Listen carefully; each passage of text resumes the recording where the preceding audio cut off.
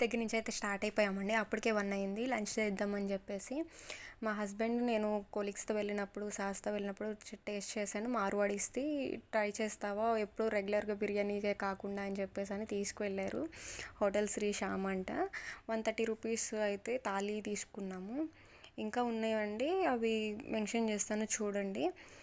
అక్కడి నుంచి అయితే లంచ్ చేసుకొని బాగా హైప్ ఇచ్చేస్తున్నారు కదండి రీల్స్లో, జూడియో అని చెప్పేసి.